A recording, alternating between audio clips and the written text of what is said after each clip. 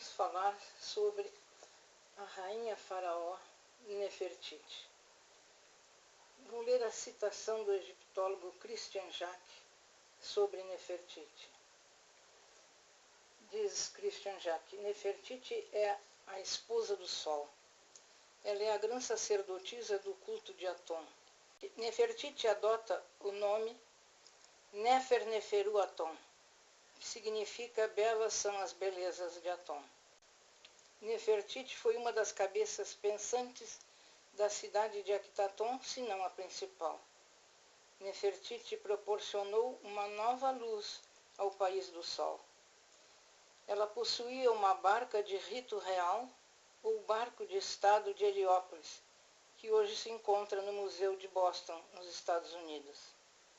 Christian Jaque diz: o amor conjugal tem um grande alcance teológico, pois demonstra que o amor vivido pelo casal solar mostra o caminho para a realização harmoniosa da comunidade egípcia. Não só Nefertiti se torna faraó, como outras rainhas se tornaram faraós. Merneite, da primeira dinastia, Neitaquerte, da sexta dinastia, e Hatshepsut, da 18ª dinastia. Hatshepsut era filha do faraó Tutmés e da rainha Mose. Ela casa com Tutmés II e o casal tem uma filha, Neferuri. Morre Tutmés II e Hatshepsut se torna faraó.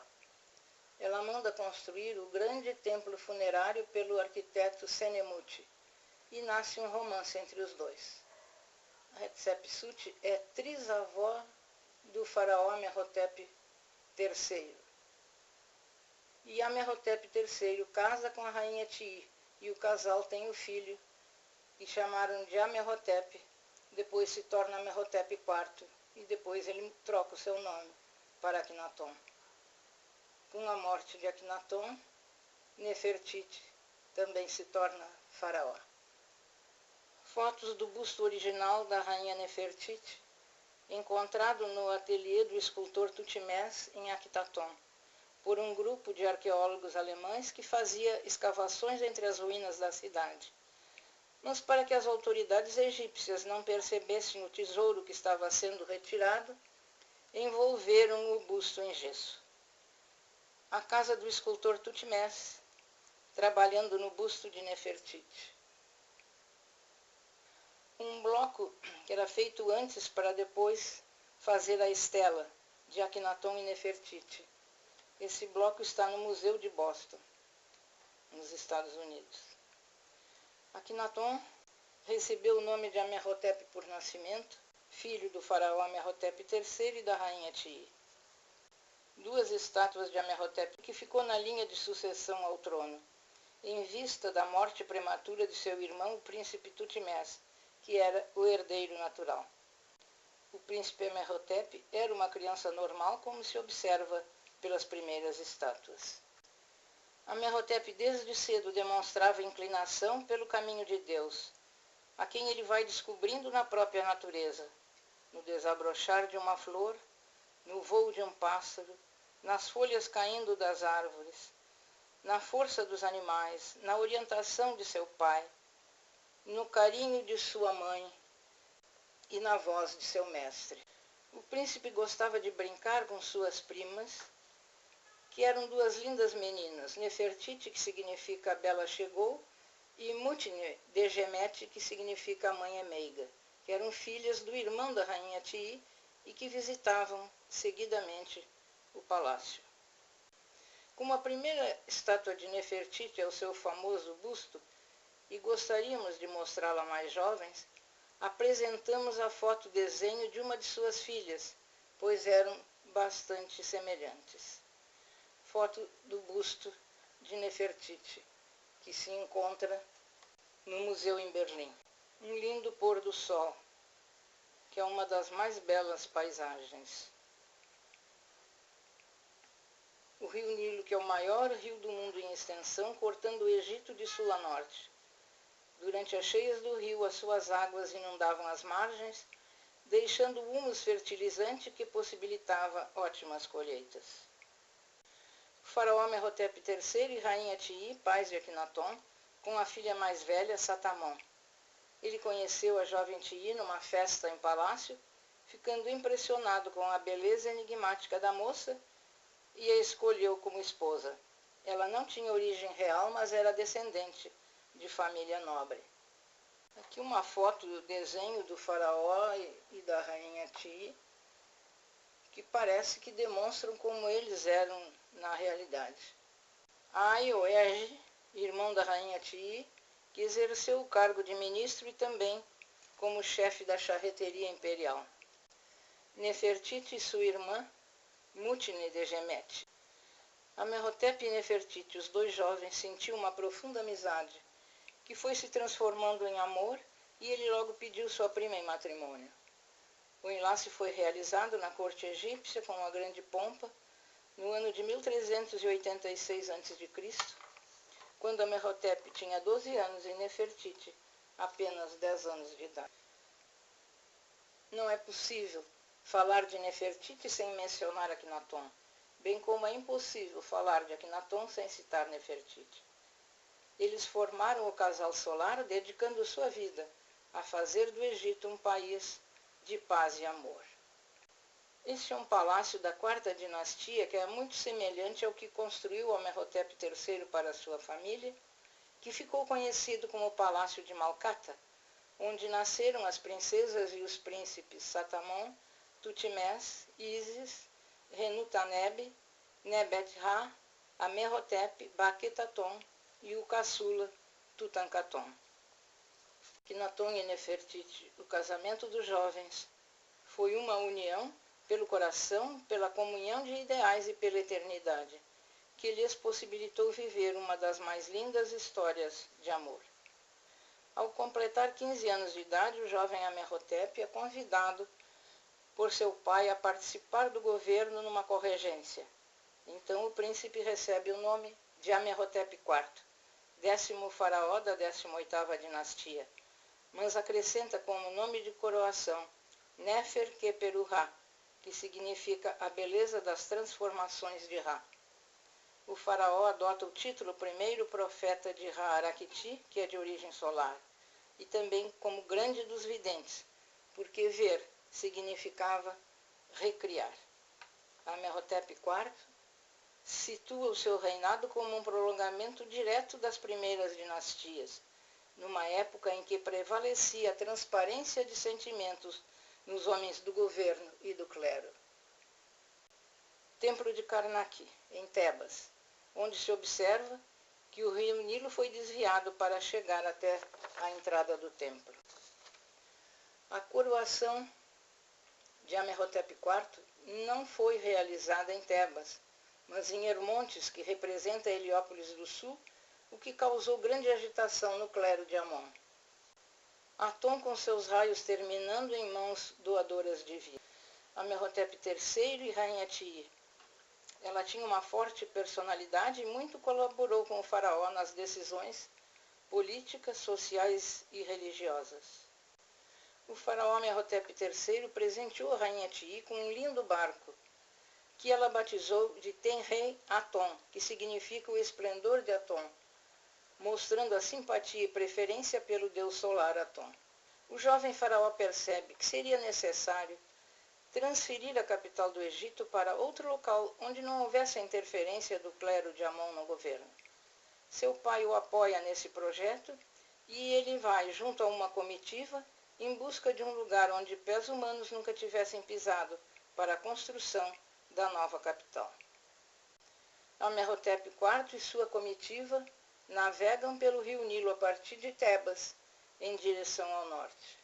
Certa manhã, ao despertar, o faraó observa o sol nascendo entre duas montanhas, que é o símbolo do horizonte.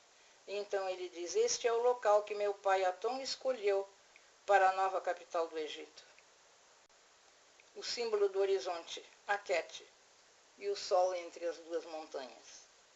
Akhenaton e Nefertiti. Após 5 anos de corregência, Amenhotep IV resolve mudar seu nome para Akhenaton, a luz brilhante de Aton, isto é, o canal consciente pelo qual o deus Aton poderá exercer sua influência sobre os homens.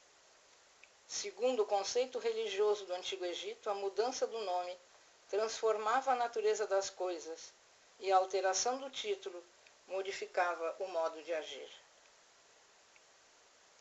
Planta da cidade de Actaton mostrando o grande templo e o palácio real. Outra planta mostrando o palácio real com uma passagem por cima da rua que o ligava aos aposentos do rei e à sacada da aparição. Outra planta da capital Actaton, mostrando o palácio real e o grande templo. O palácio real com o pátio interno. Agora o palácio real com o pátio externo. O grande templo de Aton numa reconstituição. O templo de Aton estava situado ao norte do palácio, com 800 metros de comprimento e 300 metros de largura, onde foram colocadas 365 mesas de oferendas. O templo recebeu o nome de Templo da Pedra Germinada, pois nessa pedra pousava a fênix, como símbolo da manifestação do Criador. Era a pedra primordial onde o sol nasce, e que recebeu o nome em egípcio de Benu. Procissão religiosa na qual o casal percorre a cidade, juntamente com sacerdotes de Aton. O cais do porto, em Actaton, numa reconstituição. Entrada triunfal do faraó Akhenaton e da rainha Nefertiti em suas carruagens de elétron, no dia da inauguração da nova cidade. O Egito celebrava o nascimento da luz e a capital tornava-se a cidade do esplendor de Aton. O Palácio Real, com as suas imponentes colunas, rodeado por belíssimos jardins e lagos. Akhenaton e Nefertiti lutaram juntos para tornar o Egito uma nação de amor e de paz como símbolo da harmonia universal. O piso do Palácio Real mostrando a decoração da natureza viva. A sacada da aparição onde o casal, Akhenaton e Nefertiti, distribuem presentes ao povo. Representação do jardim, com um lago, muitos animais e plantas, no qual o faraó gostava de descansar com a família. A família de Akhenaton e Nefertiti com as 6 filhas. Uma festa em palácio com Akhenaton, Nefertiti e a rainha Tiye. Akhenaton e Nefertiti passeavam de biga pela cidade. A arte mostra a delicadeza de sentimentos e a intimidade familiar. Cena de um banquete em homenagem à rainha Tiye quando visitou o casal em Actaton. E o casal também gostava de passear de barco à tardinha e receber a fresca. Estela de Akhenaton e Nefertiti com as filhas, recebendo a proteção de Aton, que irradia os seus raios sobre a família. Akhenaton faz o culto a Aton. O sacerdote Merihá e esposa, que muito colaboraram durante todo o governo de Akhenaton. O escriba Amés, que fazia a correspondência oficial. Estátua do casal que lutou bravamente para afirmar o seu ideal de amor, verdade e justiça como governantes do Egito. Estátuas das filhas Meritaton e Maquetaton. Anxepaton e Nefer-Neferu Aton Tacheri. Nefer-Neferu Ra e Setemperá. Tutankhaton, irmão mais novo de Akhenaton, que a rainha Tiye entrega ao casal para educá-lo a fim de assumir mais tarde o trono do Egito. Estela do faraó e da rainha, fazendo oferenda ao deus Aton. Akhenaton e seu pai mandaram construir um templo em Tebas que apresenta o disco solar pela primeira vez em sua história. O grande templo de Aton, com suas imensas colunas, com 20 metros de altura, e o altar.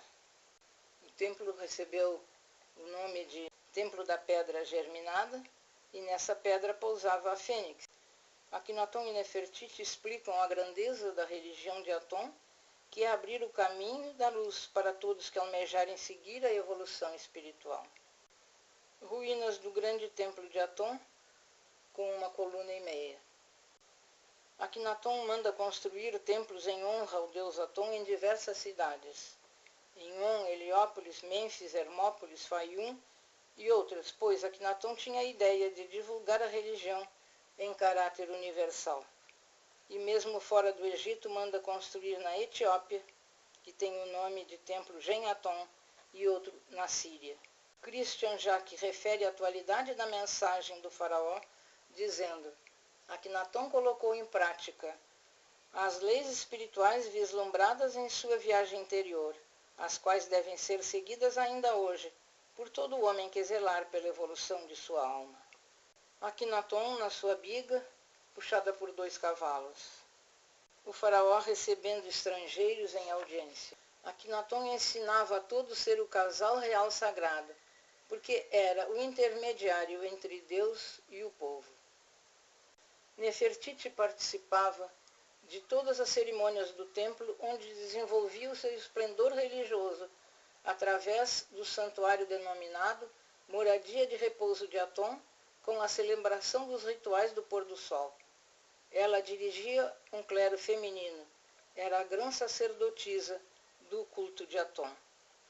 Ela auxiliava nas decisões de caráter político, social e religioso. O casal passeava de biga seguidamente, demonstrando seu amor. Viver em Ektaton é admirar a harmonia do casal real. Viver em Ektaton é compartilhar de suas dores e de suas alegrias.